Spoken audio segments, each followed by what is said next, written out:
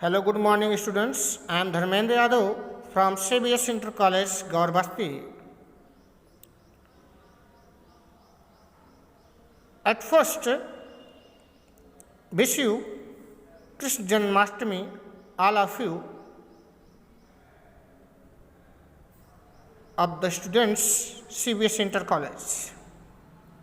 प्यारे बच्चों, जैसा कि 11 का क्लास का मैंने सेकंड लेसन प्रोज का एक्सप्लेनेशन आपको बताया। आज हम उसके कुछ क्वेश्चंस के बारे में चर्चा करेंगे जो आपको खुद करना है। बाकी बचे हुए जो क्वेश्चंस हैं उसको हम आपको जब आप क्लास में आएंगे, और आशा करते हैं जल्दी ही आप आ जाएंगे, तो उसके बारे में बताएंगे। लेकिन इस एक्सरसाइज को आप खुद करना होगा आपको। सेकंड लेसन का नाम था we are not afraid to die if we can all be together. यानी कहने का मतलब बताया था आपको स्टोरी में कि जब आर्थर जो है यात्रा के दौरान आंधी तूफान का सामना करते हुए अपने बच्चे जोनाथन के पास जाता है कि देखें वो लोग किस कंडीशन में हैं, तो उसका बच्चा पूछता है कि डैडी आर वी डाई, तो कहता नहीं हम लोग ठीक ठाक हैं। तो वही कहता कि we are not afraid to die, यानी हम मरने से नहीं डर रहे थे। If we can all be together, यदि हम साथ रहते, यानी अगर हमारी मृत्यु भी होती तो हम साथ रहते तो हमें मरने से डर नहीं लगता। आइए जो है क्वेश्चन के बारे में बात करते हैं। अंडरस्टैंडिंग टेस्ट में कहता है list the step taken by the captain. आपको लिस्ट बनाना है बेटा कि कैप्टन के द्वारा जो है उठाए गए कदमों की सूची तैयार करना है, यानी किन किन स्टेप्स को उसने अपनाया अपने यात्रा के दौरान। पहला उसमें कहा to protect the ship when rough weather began, जहाज को बचाने के लिए जब खराब मौसम आरंभ हुआ तो उसने क्या किया। दूसरा कहता है to check the flooding of the water in the ship, जहाज में पानी को रोकने के लिए उसने क्या किया। इन सब चीज़ों को लिखना है आपको। दूसरे क्वेश्चन में कहता है describe the mental condition of the voyage on 4 और 5 जनवरी। समुद्री यात्रियों के 4 तथा 5 जनवरी की मानसिक परिस्थिति का वर्णन करना है। 4 और 5 जनवरी को कहाँ पहुँचे थे और उनकी स्थितियाँ कैसी थी, इसके बारे में आपको बताना है। नेक्स्ट क्वेश्चन में कहता है describe the shift in the narration of the events as indicated in the 3 section of the text, give the suitable subtitle to each section. यानी पाठ के 3 भागों में घटनाओं के परिवर्तन होने का वर्णन करो और प्रत्येक भाग को एक उपशीर्षक दो। यानी जैसे जो पार्ट है उनके एक एक अपने समझ से क्या शीर्षक दिया जा सकता है उसको देना है आपको। टॉकिंग अबाउट द टेक्स्ट, अब बात करना है आपको, तो इसको भी बात करेंगे और लिख भी लेंगे। कहता what difference did you notice between the reaction of the adults and children when faced with danger. यानी खतरे के समय वयस्क लोग जो थे और जो बच्चे थे उन दोनों के व्यवहारों में आपस में क्या अंतर दिखाया आपको। यानी बड़े लोगों के और बच्चों के व्यवहारों में क्या अंतर दिखा। जैसे सुजैन जो थी वो छोटी थी, आर्थर जो था, मैरी जो थी या और लैरी और जो है उसके दूसरे नाविक जो थे, उनके व्यवहारों में क्या अंतर दिखाया आपको, उसके बारे में करना है। How does the story suggest that optimism help to endure the direst stress?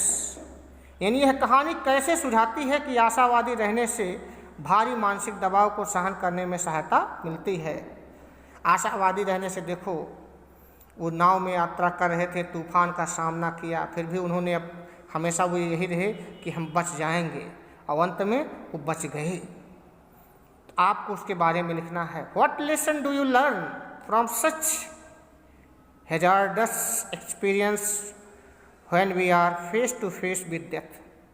ऐसे भयावह अनुभवों से जब हम मृत्यु के आमने सामने होते हैं तो हमें क्या शिक्षा मिलती है इसके बारे में। मान लीजिए आप भी कहीं जा रहे हैं, अचानक कोई ऐसी परिस्थिति आती है कि लगता है आपको कि अब हमारा जीवन नहीं बचेगा, तो कहता उस कंडीशन में क्या शिक्षा मिलती है आपको, उसके बारे में लिखना है। आगे कहता why do you think people undertake such adventures expeditions in spite of the risk involved. आपके विचार में लोग इस प्रकार के साहसी अभियानों पर क्यों जाते हैं जबकि इनमें भारी जोखिम भी होता है। तो क्यों जाते हैं उसके बारे में आपको बताना है। आगे कहता है थिंकिंग अबाउट लैंग्वेज। कहता we have come across words like gale and storms in the count. Story की लाइन है, here are 2 more words for storm, typhoon, cyclone, how many words does your language have for star. यानी कहने का मतलब इस कहानी में गेल, storm जैसे शब्दों को आपने पढ़ा। स्टॉर्म के लिए कुछ अन्य शब्द होता, टाइफून, साइक्लोन। तो स्टॉर्म के लिए आप अपनी भाषा में और शब्द लिखिएगा, यानी स्टॉर्म के लिए के और साइनोनिम्स क्या होते हैं उसको लिखना है। दूसरा, here are the terms of different kinds of vessels, yacht, boat, canoe, ship, streamer, है ना, schooner. Think of similar terms of in your language. यानी विभिन्न प्रकार की नावकों के लिए शब्द है, याच है, बोट है, कैन्यू है, शिप है, स्टीमर है, स्कूनर है। अपनी भाषा में इन जैसे शब्दों को सोचिए, यानी और भी शब्द लिख के और इनके बारे में सोचिए कि कहाँ किस वर्ड को कब यूज किया जाता है।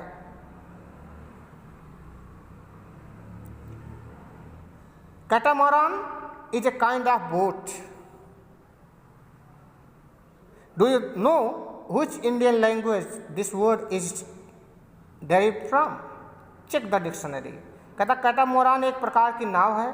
क्या आप जानते हैं कि यह किस भारतीय भाषा से ली गई है? अपने शब्दकोश से इसको यानी डिक्शनरी में जाके इसको चेक कीजिएगा कि किस भारतीय भाषा से कैटामोरान लिया गया है। आगे है, Have you heard any boatman song? Or what kind of emotion do these things usually express? क्या आपने किसी नाविक के गीत को सुना है? ये एक प्रकार ये प्रायः किस प्रकार की भावनाओं को व्यक्त करता है? तो आप जो है एक मूवी है, उसमें जो है नाव खेते हैं और गीत गाते हैं। सुनील दत्त की एक जो है वो क्या बोलते हैं मूवी है,